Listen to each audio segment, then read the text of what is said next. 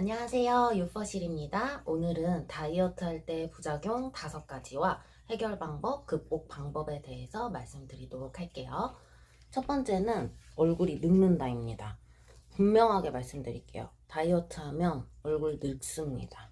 주름 패이고요. 여러분이 알지 못했던 다른 눈가나 이마나 이런 처짐 발생합니다. 찌글찌글해지는 거 맞아요. 특히나 야외 운동을 많이 하실 시에는 자외선 때문에라도 선크림을 아무리 발라도 눕는다고 생각합니다. 그런데 여러분 생각해 보세요.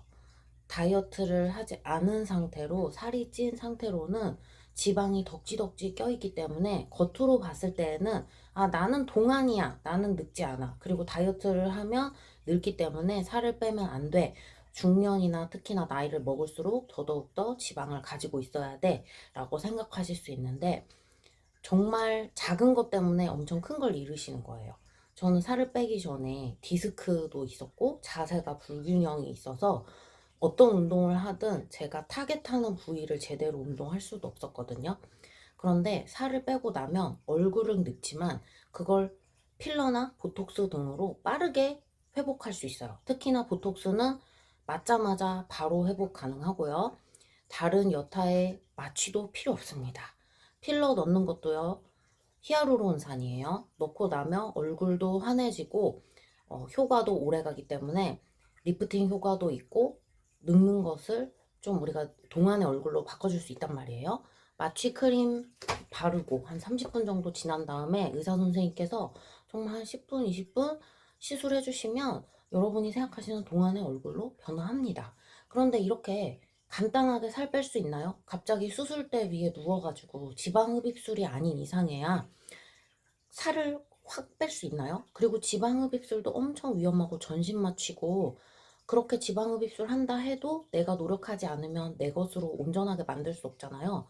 그런데 각종 합병증 달고 살면서 얼굴이 늙는다는 이유로 다이어트 하지 않고 살 빼지 않는다면 저는 그거야말로 정말 크나큰 손해라고 생각을 합니다. 그래서 얼굴은 늙지만 우리가 그걸 만회하는 방법이 너무 많이 존재하고, 저는 영양분도 되게 많이 섭취를 하거든요. 콜라겐, 크엔자임 Q10 오늘 주문했어요.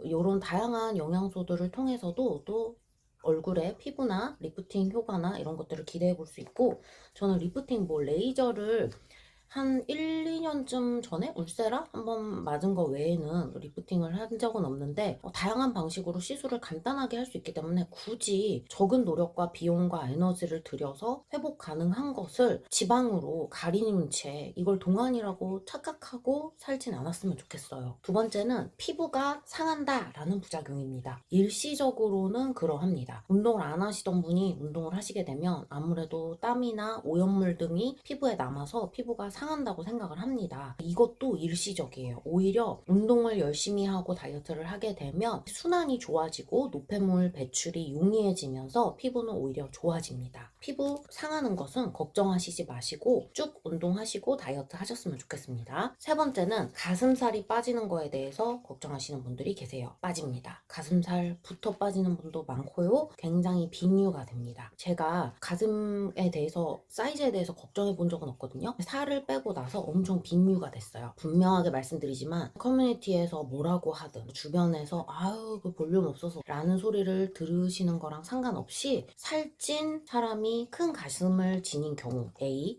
B의 경우 후자죠. 후자의 경우 살이 없는 사람이, 마른 사람이 가슴까지 없다.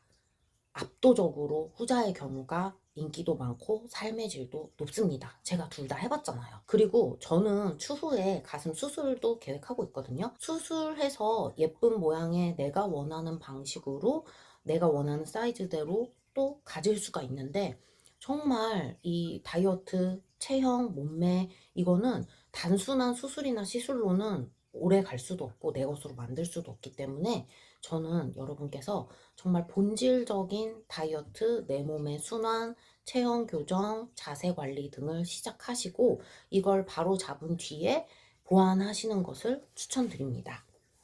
네 번째, 내가 친구나 지인을 떠나보내게 될 수도 있다.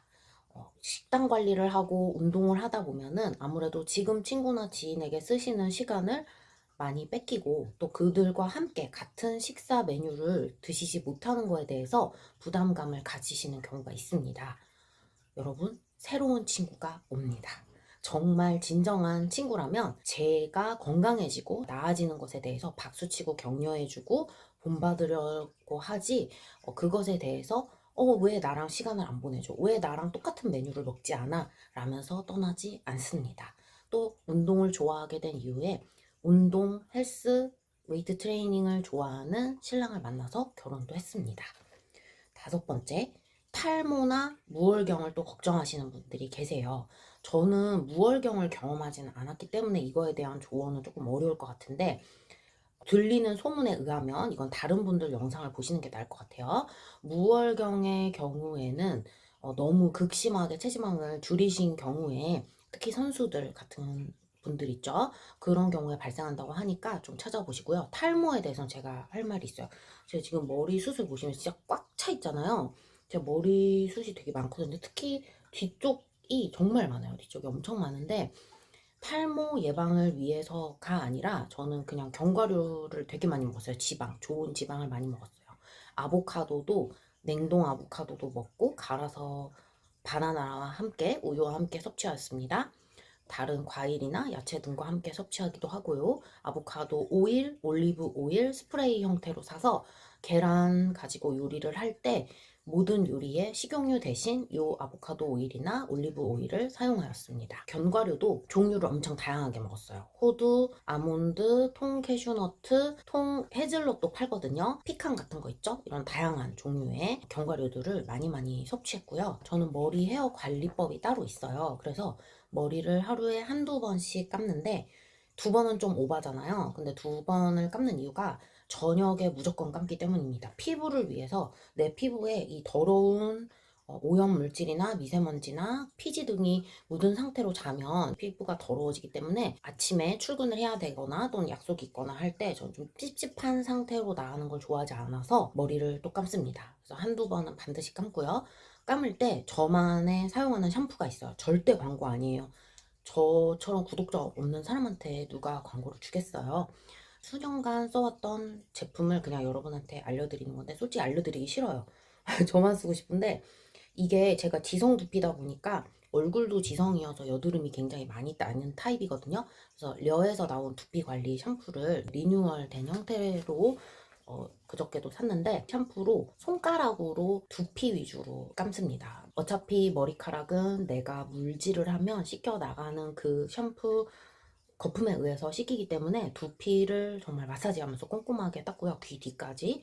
그리고 머리 두피에 쓰는 트리트먼트랑 그 헤어 끝부분에 쓰는 트리트먼트를 다르게 사용합니다. 두피에는 려에서 나온 두피 탈모 방지 용으로 나온 거 있거든요. 정수리에 바르면은 냄새도 안 나고 떡도 안 지고 참 좋습니다. 오히려 기름기가 사라지거든요. 지금은 욕조가 없어서 그렇게 못하지만 여력이 될 때에는 이 두피에 바르는 려에서 나온 트리트먼트를 바른 채 헤어캡을 쓰고 욕조에서 목욕을 하는 식으로 케어를 많이 했었고요.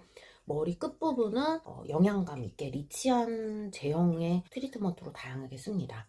근데 이 려 샴푸의 단점이 존재합니다. 너무 기름기를 잘 제거해주기 때문에 때때로는 다른 회사에서 나온 조금 오일리한 영양감이 풍부한 샴푸를 써줘야 될 때가 있어요. 너무 기름기를 뺀다는 느낌이 들어서요. 샴푸질을 한 다음에는 보통 톡톡톡 이렇게 막 비비지 않아요. 헤어를 비비지 않고 수건으로 톡톡톡 해서 물기를 제거 충분히 해주고 찬바람으로 말립니다. 뜨거운 바람 거의 쓰지 않아요. 뜨거운 바람은 진짜 찬바람 중간중간 쓸 때 그때만 쓰고 두피만 말려주고 머리카락은 제대로 말리지 않습니다. 한 60%만 말려준 다음에 헤어 오일을 머리 끝부분에 바르는데 로레알에서 나온 이 헤어 오일을 정말 수년간 내돈내산으로 쓰고 있고요. 그리고 저는 머리카락을 자주 자릅니다. 머리 끝을 미용사 이 헤어 디자이너 분이 왜 또 오셨을까라는 생각이 들 정도로 자주 자르고 자를 때마다 늘 헤어컷만 하는 것이 아니라 두피 케어를 반드시 받아요. 그래서 가격이 좀 몇만 원 추가되죠. 1만 원에서 2만 원 추가되는 그런 두피 케어 또는 머리결 케어 시스템을 같이 받아서 두피까지 관리를 해주고 있습니다. 그러면 머리카락 뽑히는 게 좀 줄어들고, 피부 때문에 머리를 자주 묶고 있지만 되도록이면 머리를 묶거나 모자 쓰거나 뭐 이런 걸 안 하고 있어요. 왜냐면 모자를 쓰면 이마 필러도 눌립니다.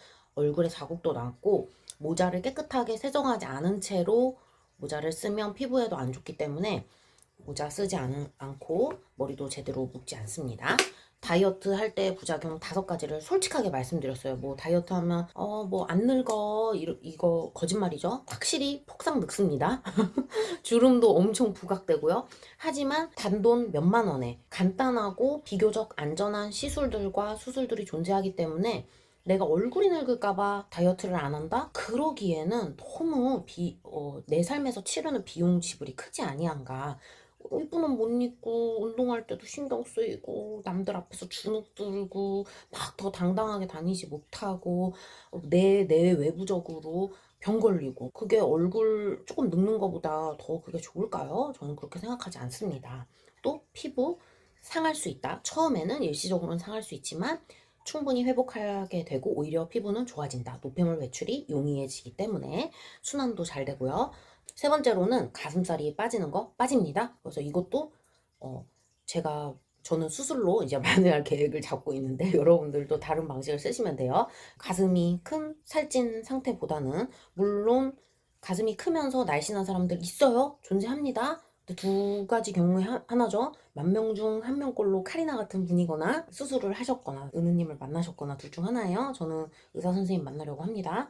그리고 친구나 지인이 떠날까봐 걱정하시는 분들, 새로운 멋진 훌륭한 친구들 또 만나게 됩니다. 탈모, 무월경에 대해서도, 탈모 같은 경우에는 견과류, 오일, 건강한 지방을 통해서 충분히 예방 가능하고, 올바른 헤어케어 루틴을 여러분이 만드시면 탈모는 예방할 수가 있습니다.